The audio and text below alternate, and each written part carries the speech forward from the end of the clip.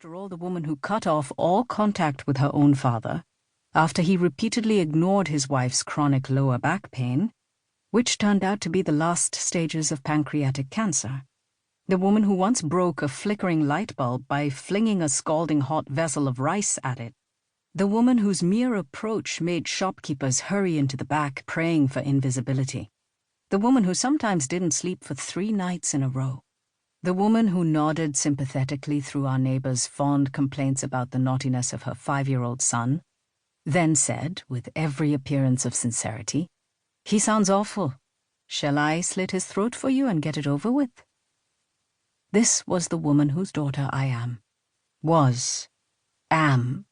All else flows from that. When she died, I was 21 in my last year of college. When I got the call, I took an overnight bus back to Bangalore, carrying nothing but a fistful of change from the ticket. 11 people came to her funeral, including my father, me, and Stella, our maid, who brought her youngest son. We stood near the doorway, wedged between the blazing mouth of the electric crematorium and the March heat. The only breeze came from Stella's son, who kept spinning the red rotors of a toy helicopter. The evening after the funeral, after everybody had gone, my father shut himself into his bedroom, and I left the house and walked. Between the two of us, we had finished several pegs of rum and a quarter bottle of whiskey. I found myself standing on a busy main road with no recollection of having arrived there. People flowed around me. Shops and bars glittered and trembled. And I tried to think of the future. In a few days, I would return to college. My final year exams were just weeks away. After that, I would pack up my things and return to Bangalore. After that, nothing. A bus rattled past, mostly empty, only a few tired heads lolling in the windows. A waiter in a dirty banyan dumped a bucket of chalky water onto the road in front of a restaurant. Earlier that day, while a gangly priest droned on and on, my father had overturned my mother's ashes into a scummy green concrete tank.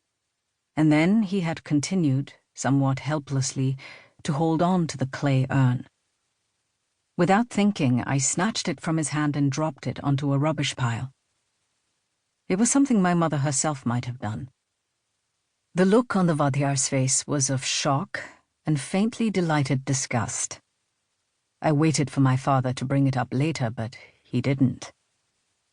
I stood in the same spot until the waiter, now with 2 other men, emerged from the restaurant.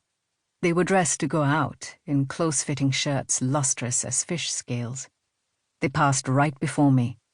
I heard a scrap of their laughter and tensed, ready for a fight, waiting for the leer, the catcall, the line from a love song. But instead they crossed the road and were gone.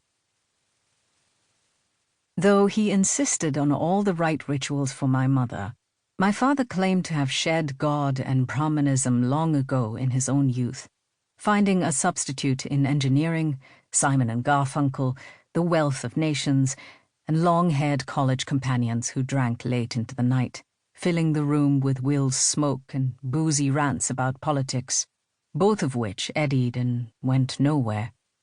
3 years of a master's degree at Columbia left him with a fondness for America, especially her jazz, her confidence, and her coffee, which, he liked to say happily, was the worst he'd ever tasted. When he returned to India, he worked for a few years.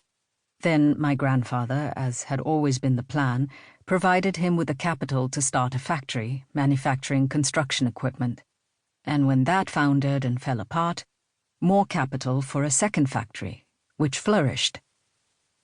My father, in those years, liked to speak of rationality and pragmatism as though they were personal friends of his. Yet it was he who inevitably rose to his feet at the end of our dinner parties, who raised his glass and declared, blinking away tears, "To you, my dear friends, and to this rarest of nights." He had the intelligent man's faith in the weight of his own ideas, and the emotional man's impatience with anyone who did not share them. As he grew older and more successful, his confidence did not change. It merely settled and became wider, a well-fed confidence.